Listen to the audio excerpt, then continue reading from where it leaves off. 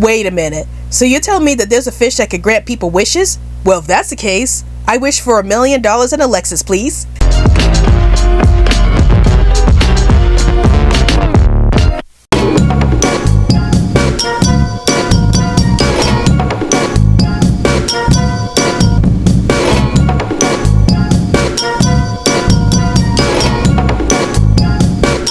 Hey everyone, this is Rabbit Ears by Animation Bliss, and welcome to another Rabbit Ears Entertainment Corner. So today's Rabbit Ears story that I'll be talking about today is the fairy tale classic, The Fisherman and His Wife. So the story starts off with the fisherman going out to the sea as he tries to catch some fish for dinner. And during this time he ends up catching a flounder, and the flounder tells the fisherman that if he lets him go, that he would grant the fisherman any kind of wish that he likes. So the fisherman lets the flounder go and he goes back to his home to his wife. And when the fisherman tells the wife about everything that happened, the fisherman's wife tells the fisherman that he should have wished for something from the flounder. And she ends up telling the fisherman to go back to the sea and to wish for a cottage. And so the fisherman goes back to the sea when he meets up with the flounder and he wishes for a cottage. And so they ended up getting a cottage. But afterwards, the wife was still unsatisfied with all this and she wished that they lived in the castle. So the fisherman once again goes back to the flounder and wishes for a castle. And this goes on throughout the rest of the story until the wife makes a wish that goes too far. So what are my thoughts on The Fisherman and His Wife? I really enjoyed this story. So let's talk about what I did like about the story. So the first thing that I liked about this story was Jodie Foster's narration. Jodie Foster did a fantastic job at narrating the story, as she made the story sound very brooding and mysterious, and I can't help but sit at the edge of my seat wondering about what's going to happen next to the fisherman and his wife with the flounder in the story. And I like how Jodie Foster gives the flounder a very foreboding voice, and the flounder becomes a very scary character throughout the story because of Jodie Foster's narration for the flounder. So I really enjoyed Jodie Foster's narration in the story. Another thing that I liked about the story was Van Dyke Parks' music. I like the way that Van Dyke Parks provides an orchestral sounding soundtrack for this story, as it has a very classic fairy tale feel to the story, and I just love hearing the classical music being done throughout this story, as it really made the story stand out from the other Rabbit Ears productions, as the other Rabbit Ears productions don't have a lot of classical music to their soundtrack, but The Fisherman and His Wife was one of the rare Rabbit Ears stories that does have a classical soundtrack, and I really enjoyed the soundtrack for this.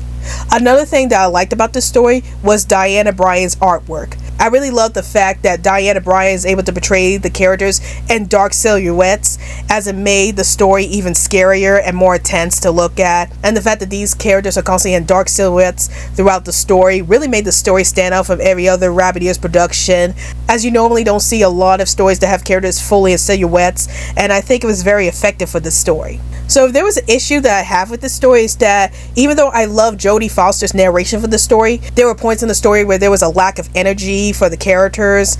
Like every time a character is mad or upset or they're surprised about something, there's a lack of energy in the narration whenever those moments happen, and it was hard for me to take those moments seriously because there was a lack of energy in the narration whenever a character is reacting in surprise or in anger. So yeah, there were some moments in the narration that lacked a lot of energy, and it was hard for me to take those characters' reactions seriously.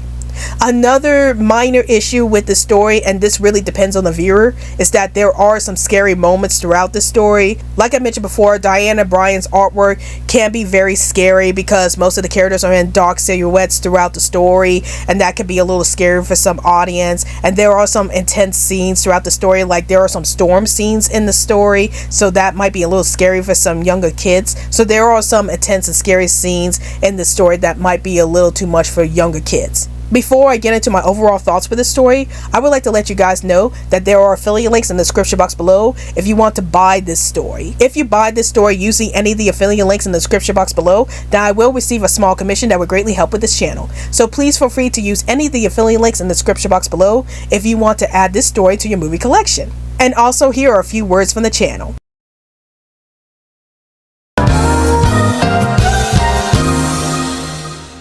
All aboard the Animated Social Media Express. Want to send some treats my way? Then follow me on Twitter. Want to join our special animation community? Then join our Discord group, Animation Bliss. Want to see more updates on our YouTube videos? Then check out our Facebook group, Animation Bliss. Want to download on everything going on with this channel? Then check all of the above. And now, back to the video. So overall, I really enjoyed The Fisherman and His Wife. Why there are some moments in the narration where it lacks energy regarding the characters' reactions, and why there are some scary moments in the story. This story was really interesting to look at because the combination of Jodie Foster's mysterious narration, Van Dyke Park's classical music, and Diana Bryant's intense artwork all combined to create a very interesting and intense version of The Fisherman and His Wife. So if you really enjoy reading The Fisherman and His Wife, then you should definitely check out this story. So those are my thoughts on The Fisherman and His Wife, and tell me in the comments down below, have you seen The Fisherman and His Wife? If you have, did you like the story? Did you hate the story? And what's your favorite animated movie that's all about wishes? Please let me know in the comments down below. Well, I hope you guys enjoyed this video. This is Rowdy's blog, Animation Bliss, and I'll see you guys later. Hey animation fans, like this video? If you want to see more animated content from this channel, then please hit that big old animated subscribe button so that you can get more awesome content from this channel.